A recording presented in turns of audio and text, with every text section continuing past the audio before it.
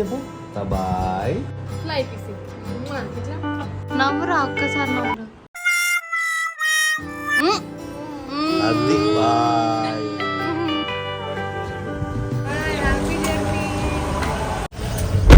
Hey guys, అందరు ఎలా ఉన్నారు? నేను కూడా సూపర్ ఉన్నా. Welcome to my channel Mumbai Masakali. పాపం మా అన్నకి తమిళనాడు నుంచి ఎవరో కాల్ చేసిండ్రు. కాల్ మాట్లాడుతుంటే అసలు ఏం అర్థం కావట్లేదంట. తమిళనాడు ఫోన్లు వస్తున్నాయండి. పండింగ్ సార్ తమిళనాడులో తిరిగిన వాంగ సార్ ఇంకా ఓంగా సార్.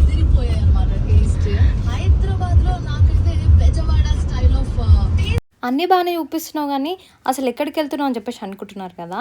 నేను ముంబైకి వెళ్తున్నా. 1 వీక్ బ్యాక్ షూట్ కోసం అని చెప్పేసి హైదరాబాద్ వచ్చిన అనమాట. సో ఇప్పుడు షూట్ కంప్లీట్ అయిపోయింది. మళ్ళీ ముంబైకి వెళ్ళిపోతున్నా.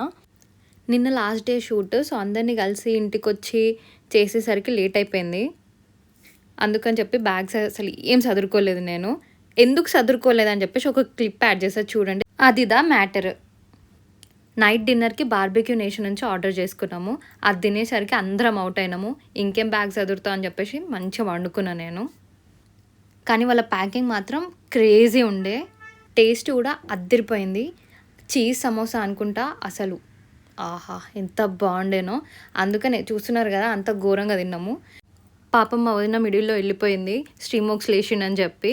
దాని తర్వాత మేము ముగ్గురం ముచ్చట్లలో మునిగిపోయినాం.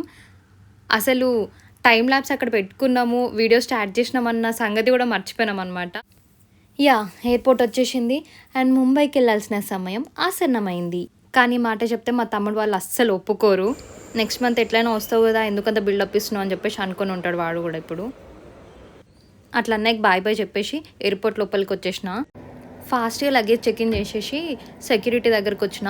మోస్ట్ స్ట్రెస్ఫుల్ జాబ్ ఎయిర్పోర్ట్లో ఏంటి అని అంటే నన్ను అడుగుతానైతే సెక్యూరిటీ అంట. అరే ఏం తీయమంటారు రా బాబు, ల్యాప్టాప్స్ షూస్ అవన్నీ తీయమంటున్నారు ఓకే, చిన్న చిన్న కేబుల్స్ కూడా బయట పెట్టాలంట.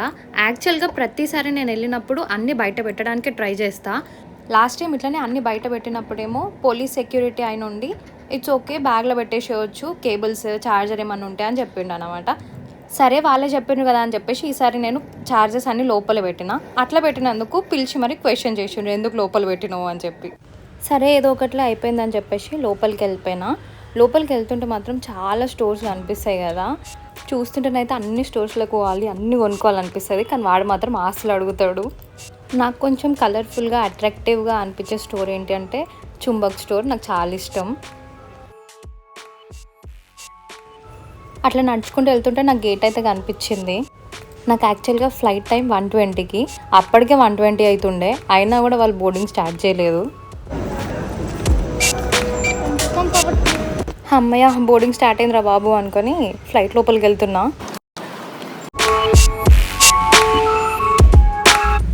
నాకైతే ఇట్లా డైరెక్ట్ ఫ్లైట్ లోపలికి వే ఉంటే మాత్రం అమ్మయ్య అనిపిస్తుంది. చూడని ఎయిర్పోర్ట్ అయితే మొత్తం తిరిగి చూడాలన్నట్టు అనిపిస్తుంది. కానీ నేను రెగ్యులర్గా తిరిగేది హైదరాబాద్ ముంబై కాబట్టి ఈ ఎయిర్పోర్ట్స్ అయితే మాత్రం డైరెక్ట్ ఉంటే బెటర్ రా బాబు అనిపిస్తుంది. ఇంకా అలా నడుచుకుంటూ బోర్డింగ్ పాస్ చూపించేసి ఫ్లైట్ లోపలికి అయితే వచ్చేసిన. నేను ఇప్పుడు ట్రావెల్ చేస్తున్న ఎయిర్లైన్స్ విస్తారా ఎయిర్లైన్స్. నాకు విస్తారా ఎయిర్లైన్స్ అంటే మస్తు ఇష్టం. ఎందుకు అని అంటే ఫ్రీగా ఫుడ్ పెడతారు కాబట్టి.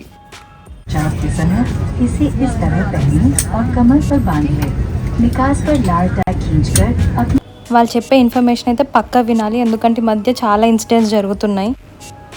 నేను ఎప్పుడు కూడా హైదరాబాద్ నుంచి ముంబైకి వెళ్ళిన తప్ప ముంబై నుంచి హైదరాబాద్కి ఎప్పుడు సోలో ట్రావెల్ చేయలేదు. ఏం చేయాలో అర్థమవుతలేదు. ఫ్లైట్ ఏమో స్టార్ట్ చేస్తలేడు, చాలా లేట్ చేసిండు. బోర్డింగే లేట్ చేసిండు అని అంటే ఇది ఇంకా లేట్ చేసిండు అనమాట. రన్వే మీకు తీసుకెళ్ళడం.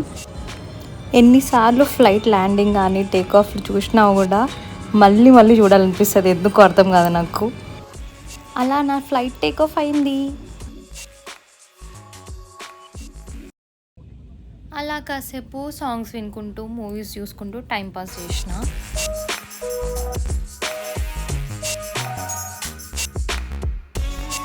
ఫ్లైట్ టేక్ ఆఫ్ అయ్యేప్పుడు చాలా క్లియర్ ఉంది స్కై, 1.5 అవర్లో మనం వెళ్ళిపోతామని చెప్పేసి ఇన్స్ట్రక్షన్ వచ్చిండే అన్నమాట.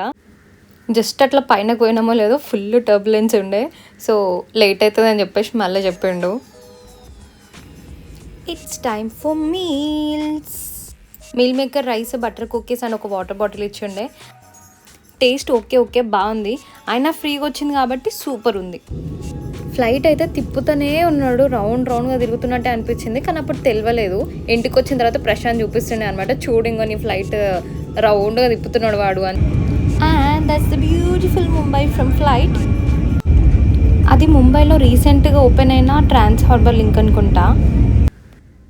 పెద్ద బిల్డింగ్స్ ఉంటాయి కదా, ముంబై అయితే పైనుంచి సూపర్గా అనిపిస్తుంది, కానీ అన్ని ఇట్లా చిన్న బ్లాక్స్ లాగా కనిపిస్తుంది అనమాట, బాగుంటుంది. ఆమ్చి ముంబై. ఫ్లైట్లో అందరు పద్ధతి ఉంటారు అనుకుంటారు, కానీ ఇట్లా ల్యాండ్ అయ్యే టైంకి మాత్రం అందరు ఇట్లా మార్కెట్లో నిల్చుంటారు. ఫాస్ట్గా బెల్ట్ నెంబర్ 12 దగ్గర నా లగేజ్ తీసుకొని ఎగ్జిట్ అయిపోయినా. ఈ ఆటో కోసం మాత్రం ఫుల్ నడవాల్సి వస్తుంది ఎయిర్పోర్ట్ నుంచి బయటకు వచ్చినాక. సీరియల్లో ఉండే ఆటోస్ తీసుకోవాలనుకుంటే మాత్రం ఎయిర్పోర్ట్ నుంచి బయటకు రాగానే ఉంటాయి. అదే ఓలా ఇలాంటి యాప్స్ ఏమైనా బుక్ చేసుకోవాలి అనుకుంటే మాత్రం ఇంకొంచెం దూరం నడవాల్సి వస్తుంది. అదే కొంచెం చిరాకు అనిపిస్తుంది నాకు. Finally Sreesanth's home. చూడండి గైస్, మాడిపోయిన మసాలా దోశ మొక్క మీరు ఎప్పుడైనా చూసిందా? అదిదే ముంబైలో ఉన్న ప్రతి ఒక్కరికి ఈ మాట అర్థమయ్యే ఉంటుంది, ఎందుకంటే ప్రతి ఒక్కరి ముఖాలు మాడిపోతాయి కాబట్టి ఎండాకాలంలో.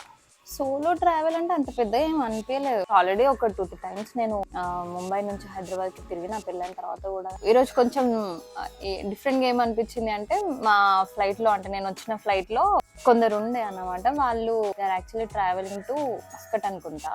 వాళ్ళందరూ కొంచెం విలేజ్ నుంచి వచ్చిన వాళ్ళు ఉన్నట్టున్నారు. ఇప్పుడు వాళ్ళకి ఏం తెలియదు కదా, అంటే నా పక్కన కూడా 2 కూర్చొని ఉన్నారు అనమాట.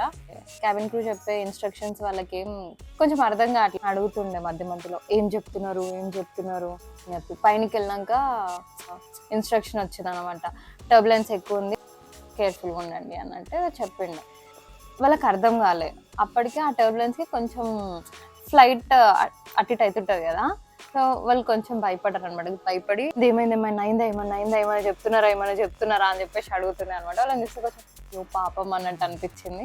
సో మాట్లాడుతుంటే మాత్రం మంచిగా అనిపించింది. ఇంకా వచ్చి ఇట్లా కూర్చున్నా బెల్ కొట్టినారు. ఈ టైంలో ఎవరు కొట్టిర్రు అబ్బా అని చెప్పేసి పోయి ఓపెన్ చేస్తే, మేడం ఎక్ బార్ గ్యాస్ చెక్ కరోనా అన్నాడు. That's my solo travel. Next కూడా చాలా ఇంట్రెస్టింగ్ వీడియోస్ చేయడానికి ట్రై చేస్తాను. ఈ వీడియో కూడా మీకు నచ్చిందని అనుకుంటున్నా. ఇది ఒక చిన్న వీడియో అంతే, పెద్ద అది లేదో ఇన్ఫర్మేషన్ ఉంది అని కాదు, కొంచెం ఇంట్రెస్టింగ్ కంటెంట్ ఉంటుందని అనుకుంటున్నా. ముంబై లైఫ్ స్టైల్ చూపించడానికి, ముంబై వీడియోస్ చేయడానికి కూడా ట్రై చేస్తా, అంతేగాని ముంబై మసాకలి అని పేరు పెట్టినా అని చెప్పేసి అన్ని ముంబై వ్లాగ్స్ చేస్తా, ముంబైలో ఉన్న ప్రతి ఒక్క గల్లీ చూపిస్తా అని చెప్పేసి కాదు. అన్నీ తిరుగుదాం, ప్రపంచం మొత్తం మనదే. మెల్లిగా ప్లాన్ చేద్దాం. బేసిక్గా కొంచెం నాకు ఓపిక తక్కువ ఇట్లాంటి విషయాలలో, కొంచెం ఇప్పుడే ఓపిక తెచ్చుకొని అన్ని సార్ట్అవుట్ చేస్తున్నా ఏమేమి చేయాలి ఏంటి అనేది. సో కొంచెం టైం పడుతుంది, కానీ నెక్స్ట్ వీడియోస్ మాత్రం కొంచెం ఇంట్రెస్టింగ్ ఉంటాయి. ఎందుకు అని అంటే, మేము వెళ్ళినాం Thailand. So I'm excited. That's all for this video. Hope you like this video. మీకు నచ్చితే కనుక please don't forget to like, share, comment and subscribe. ఈ సోషల్ మీడియాలో యాక్టివ్గా ఉండడం కానీ ఇవన్నీ ట్రై చేస్తున్నా. సో ఎంతవరకు వర్కౌట్ అవుతుంది అనేది తర్వాత చూద్దాం కానీ. బాయ్ గాయ్స్, నేను వెళ్ళి వండుకుంటా ఇంకా.